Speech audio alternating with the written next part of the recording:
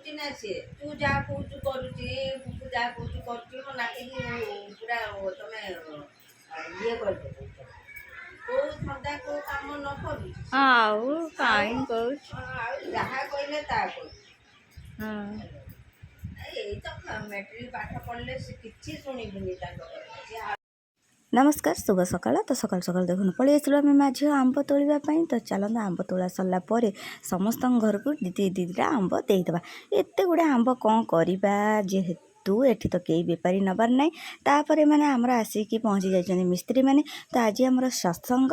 ତ ଚାଲନ୍ତୁ ଠାକୁର ଅନୁକୂଳ ଚନ୍ଦ୍ରଙ୍କର ଆଜି ସତ୍ସଙ୍ଗ। ତ ସଜାସଜି ଏଠି ବହୁତ ଜୋରସୋରରେ ଭାଇ କରିଦେଉଛନ୍ତି। ଦେଖନ୍ତୁ ଫାଇନାଲି ସଜାଇ ଦେଲା ପରେ ଆପଣମାନେ ଫାଇନାଲି ଲୁକ୍ ଦେଖିବେ କେତେ ସୁନ୍ଦର ହେଇଛି। ତାପରେ ଆମର ଆସିକି ସମସ୍ତେ ଗୁରୁ ଭାଇ ମାନେ ସବୁ ଆସ୍ତେ ଆସ୍ତେ ପହଞ୍ଚି ଗଲେଣି।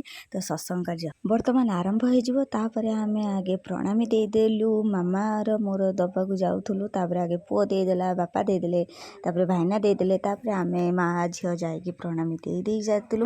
ଦେଇଦେଲା ପରେ ଆମର ସତ୍ସଙ୍ଗ କାର୍ଯ୍ୟ ଆରମ୍ଭ ହେବ। ଯେହେତୁ 7:30ରୁ 9ଟା ପର୍ଯ୍ୟନ୍ତ ସତ୍ସଙ୍ଗ ହେବ। ତ ସମସ୍ତେ ଏଠି ଆସିକି ଆସ୍ତେ ଆସ୍ତେ ପ୍ରଣାମୀ ଦେଇକି ବସିବାକୁ ଲାଗିଲେଣି। ତ ଚାଲନ୍ତୁ ଫାଇନାଲି ଏଠି ଆପଣମାନେ ଦେଖନ୍ତୁ ଆମର କେମିତି ଜୟଗୁରୁଙ୍କର ସତ୍ସଙ୍ଗ ହେଉଛି। ଆପଣମାନେ ବହୁତ ସାରା ଆଶୀର୍ବାଦ ଦିଅନ୍ତୁ। ଆଜି ମୋ ବୋଉଙ୍କର ମାନେ ଶତବାର୍ଷିକ ଉପଲକ୍ଷେ ଆମର ସତ୍ସଙ୍ଗ ରଖାଯାଇଥିଲା। ତ ଚାଲନ୍ତୁ ଆପଣମାନେ ଦେଖନ୍ତୁ, ଆମକୁ ବହୁତ ସାରା ଆଶୀର୍ବାଦ କରନ୍ତୁ, ଭଲ ପାଇବା ଦିଅନ୍ତୁ। ଭିଡ଼ିଓ ଭଲ ଲାଗିଲେ ନିହାତି ଲାଇକ୍, ସେୟାର, କମେଣ୍ଟ, ସବସ୍କ୍ରାଇବ୍ କରିବାକୁ ଜମା ବି ଭୁଲନ୍ତୁ ନାହିଁ। ତ ଚାଲନ୍ତୁ ବହୁତ ସାରା ଲୋକ ଆସିକି ପହଞ୍ଚି ଗଲେଣି। ନ ପାଇବା ହିଁ ଦୁଃଖ, କିଛି ଯାଅ ନାହିଁ। କେବଳ କଥା ଓ ଚିନ୍ତାର ଫଳକ ମାତ୍ର ହୁଏ। କରିବା ବା ଆଚରଣର ଭିତର ଦେଇ ସେଗୁଡ଼ିକ ଯଦି ବାସ୍ତବରେ ଫୁଟେଇ କରି ନପାର, ତେବେ ପାଇବା ଯେ ତୁମର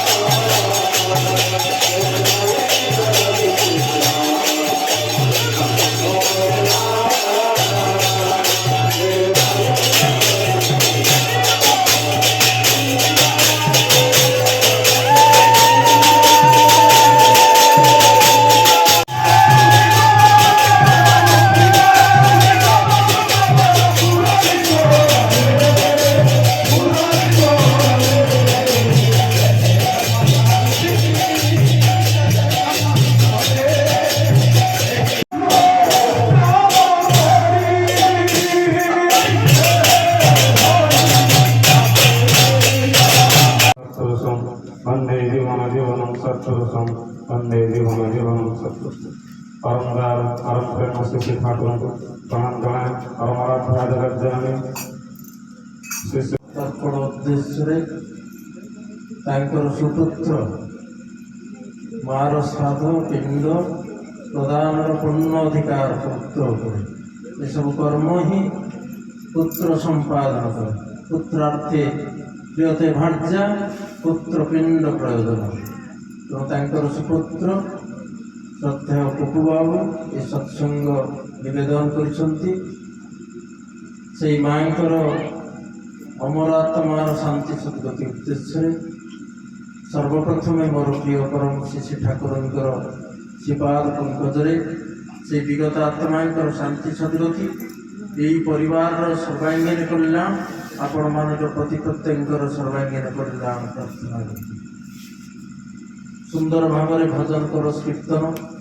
ତ ଚାଲନ୍ତୁ ଆମର ଆଇଟମ୍ ବଞ୍ଚିଛି ଖଟା ଡାଲମା ପୋଟଳ ରସା କ୍ଷୀରି ଭାତ ରୁଟି ସବୁ ପ୍ରକାର ବନିଯାଇଛି। ତାପରେ ସମସ୍ତେ ଆମର ତାପରକୁ ଖାଇବା ହେବ। ତ ମୁଁ ଚାଲିଛି ବର୍ତ୍ତମାନ ବାଡ଼ିକଟେ ଟିକେ ଦେଇଦେବା ପାଇଁ। ତ ସବୁ ବାଡ଼ିକୁ ଟିକେ ଏଇଠୁ ନେଇଯିବି ଆଗେ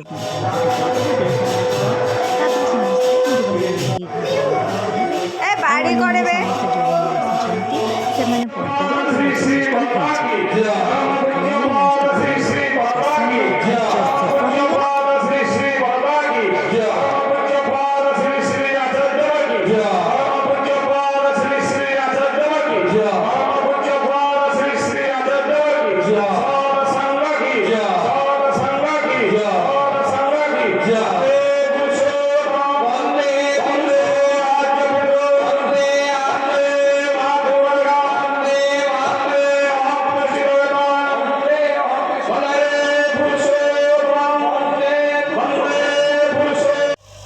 ତ ଚାଲନ୍ତୁ ଆମର ଏଠି ଫେରେ ଆମର 2 ଜଣ ଦୀକ୍ଷା ନେଇ ସାରିଲା ପରେ ତାପରେ ଆଉ ଯେଉଁମାନେ ରହିଲେ ସମସ୍ତେ ଲାଷ୍ଟକୁ ଫାଇନାଲି ଖାଇବା ପିଇବା ହେବ। ତ ବର୍ତ୍ତମାନ ଏଇଠି ଆମର ଘରେ ସବୁ ଗୁରୁ ଭାଇଙ୍କୁ ଖାଇବାକୁ ଦିଆଗଲା। ଦେଇ ସାରିଲା ପରେ ସମସ୍ତେ ଖାଇସାରିଲା ପରେ ତାପରେ ମୋ ଯାଆ ମାନଙ୍କୁ ବି ଡାକିଲି, ସେମାନେ ଆସିକି ବି ଖାଇବା ପାଇଁ ଅଛନ୍ତି, ଘରେ ଦିଆଯିବ। ଏଠି ଆଉ ଯେଉଁମାନେ ସବୁ ଥିଲେ ପଦାରେ ବଫେ ସିଷ୍ଟମ୍ ହେଇଥିଲା, ସମସ୍ତେ ଖାଇ ଦେଇଥିଲେ। ଶାନ୍ତି ଶୃଙ୍ଖଳାରେ ଆମର ଆଜି ସବୁକିଛି ସମ୍ପୂର୍ଣ୍ଣ ହେଇଯାଇଛି। ସେଥିପାଇଁ ଭଗବାନଙ୍କୁ ବହୁତ ଅଶେଷ ଧନ୍ୟବାଦ। ସବୁକିଛି ଆମର ସୁରୁଖୁରୁରେ ହେଇଯାଇଛି। ତାପରେ ଚାଲନ୍ତୁ ଫାଇନାଲି ସମସ୍ତେ ଖାଇସାରିଲା ପରେ ଆମେ 2 ଜଣ ଯାକ ଲାଷ୍ଟକୁ ଥିଲୁ, ଭାଇନାର ମୋର ଖାଇଲୁ। ତ ରହିଲି, ଜୟ ଜଗନ୍ନାଥ। ନିହାତି ଆପଣମାନେ ଭଲ ପାଇବେ।